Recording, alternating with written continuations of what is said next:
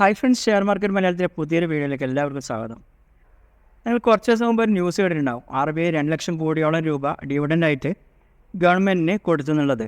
സ്വാഭാവികമായിട്ടും അപ്പോൾ നിങ്ങൾക്കൊരു സംശയം തോന്നും, RBI ഒരു കൊമേഴ്ഷ്യൽ കമ്പനിയല്ല, കമ്പനിയുടെ ലാഭത്തിൽ നിന്നാണ് ഡിവിഡൻറ്റ് സാധാരണ എടുത്തു കൊടുക്കാറുള്ളത്. അപ്പോൾ സ്വാഭാവികമായിട്ടും അപ്പോൾ RBIക്ക് എങ്ങനെയാണ് ഇത്രയും വലിയ തുക ലാഭമായിട്ട് വരുന്നത് എന്നുള്ള കാര്യം നിങ്ങൾക്ക് സംശയം തോന്നിയിട്ടുണ്ടാവും. നമുക്ക് ജസ്റ്റ് ഒന്ന് നോക്കാം എങ്ങനെയാണ് RBIക്ക് പ്രോഫിറ്റ് കിട്ടാനുള്ള വഴികൾ എന്നുള്ളത്.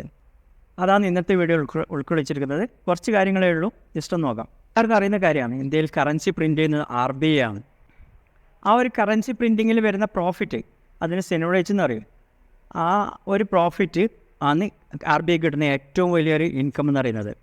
സാധാരണ RBI ഇപ്പോൾ നോട്ടുകൾ പ്രിൻറ്റ് ചെയ്യാൻ 500 രൂപയുടെ ആയാലും 100 രൂപയുടെ ആയാലും പ്രിൻറ്റ് ചെയ്യാൻ വെറും 2 രൂപയോളം മാത്രമേ RBIക്ക് ചിലവ് വരുന്നുള്ളൂ. അപ്പോൾ ബാക്കി വരുന്ന തുക മൊത്തം, അപ്പോൾ 100 രൂപയുടെ നോട്ടായാൽ 2 രൂപ ചിലവ് കഴിച്ച് ബാക്കി വരുന്ന 98 രൂപയും RBIക്ക് ലാഭം തന്നെയാണ്. അതായത് ഇവർ ഈ പ്രിൻറ്റ് ചെയ്ത പണം ബാങ്കുകൾ കൊടുക്കും. പക്ഷേ ബാങ്കുകൾ ഈ പണം വാങ്ങുമ്പോൾ ഫുൾ എമൗണ്ട് 100 രൂപ തന്നെയാണ് കൊടുക്കുന്നുള്ളത്. പക്ഷേ RBIക്ക് പ്രിൻറ്റ് ചെയ്യാൻ വന്ന കോസ്റ്റ് വരുന്നത് 2 രൂപയാണ്. അപ്പോൾ ആ ഒരു ഡിഫറൻസാണ് ഇതിൽ വരുന്നത്. ഇനി അടുത്ത പ്രധാനപ്പെട്ട RBIൻ്റെ ഇൻകം തരുന്ന പല രീതിയിലുള്ള ഏർണിങ്സാണ്.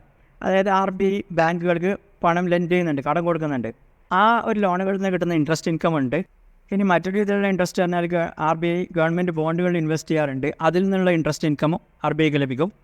ഇന്ത്യക്ക് പുറത്തുള്ള ഗവൺമെൻറ്റുകൾ US ഗവൺമെൻറ് ബോണ്ടുകളിലും അങ്ങനെ പല ഫോറിൻ അസറ്റുകളിലും ഇൻവെസ്റ്റ് ചെയ്യാറുണ്ട്. അതിൽ നിന്നുള്ള പ്രോഫിറ്റും RBIക്ക് ലഭിക്കാറുണ്ട്. ഇനി മൂന്നാമത് RBIക്ക് ചെറിയ രീതിയിൽ ഇൻകം ലഭിക്കുന്നത് ഫോറക്സ് ട്രാൻസാക്ഷൻസ് വഴിയുള്ള ലാഭമാണ്. ഇപ്പോൾ RBI ചില സമയത്ത് ഡോളറുകൾ വാങ്ങിക്കൂട്ടാറുണ്ട്, ചില സമയത്ത് വിൽക്കാറുമുണ്ട്. അപ്പോൾ ആ ഒരു ട്രാൻസാക്ഷനിലും RBIക്ക് ലാഭം ലഭിക്കാറുണ്ട്. ആ രീതിയിലുള്ള ഇൻകമും RBIക്ക് കിട്ടുന്നുണ്ട്. ഇതാണ് RBIക്ക് ലഭിക്കുന്ന പ്രധാനപ്പെട്ട 3 ഇൻകം സോഴ്സുകൾ. ഇനി ഇൻകം സോഴ്സുകളെ അപേക്ഷിച്ച് RBIക്ക് വരുന്ന ചിലവ് പറഞ്ഞാൽ വളരെ ചെറിയ ചിലവുകളാണ്. ഒന്ന് ഈ നോട്ട് പ്രിൻറ്റ് ചെയ്യാനുള്ള കോസ്റ്റുകൾ, ഇനി പിന്നെ എംപ്ലോയീസിനുള്ള ശമ്പളം, പിന്നെ മറ്റ് ഗവൺമെൻറ് ട്രാൻസാക്ഷനായിട്ട് ബന്ധപ്പെട്ട ചില ഫീസും കാര്യങ്ങളും. അങ്ങനെയുള്ള കുറച്ച് ചെറിയ ചെറിയ ഫീസ് മാത്രമേ RBIക്ക് വരുന്നുള്ളൂ, ചിലവായിട്ട് വരുന്നുള്ളൂ. പിന്നെ RBIക്ക് ഈ ഇൻകത്തിൽ ടാക്സ് അടക്കേണ്ടതില്ല മറ്റു കമ്പനികളെ പോലെ.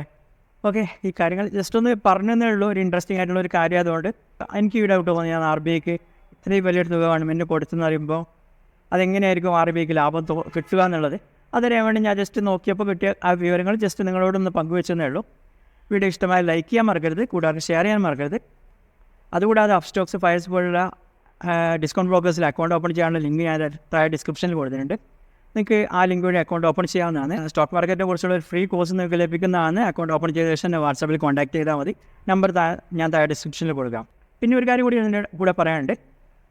ഇനി ഈ തുക ഗവൺമെൻറ് കിട്ടിയോടെ ഗവൺമെൻറ് ഉണ്ടാകുന്ന വലിയൊരു ഗുണം എന്ന് പറയുന്നത് ഫിസിക്കൽ ഡെഫിസിറ്റ് കുറക്കാൻ ഗവൺമെൻറ് ഇത് വളരെയധികം സഹായിക്കും. നിങ്ങൾക്കറിയാം, ഇന്ത്യയുടെ ഫിസിക്കൽ ഡെഫിസിറ്റ് കുറച്ച് കൂടിക്കൊണ്ട് വരികയാണെന്നുള്ളത് കഴിഞ്ഞ കുറച്ച് വർഷങ്ങളായിട്ട്. അത് കുറക്കാൻ വേണ്ടി ഗവൺമെൻറ് ഈ തുക ഉപയോഗിക്കാൻ ചാൻസ് ഉണ്ട്. ഓക്കെ, എങ്ങനെ ഗവൺമെൻറ് പുതിയതായിട്ട് വരുന്ന ഗവൺമെൻറ് അത് ഉപയോഗിക്കും എന്നുള്ളത് നമുക്ക് നോക്കാം. പക്ഷേ ജസ്റ്റ് ഈ ഒരു ഇൻഫർമേഷൻ ഷെയർ ചെയ്തതേ ഉള്ളൂ.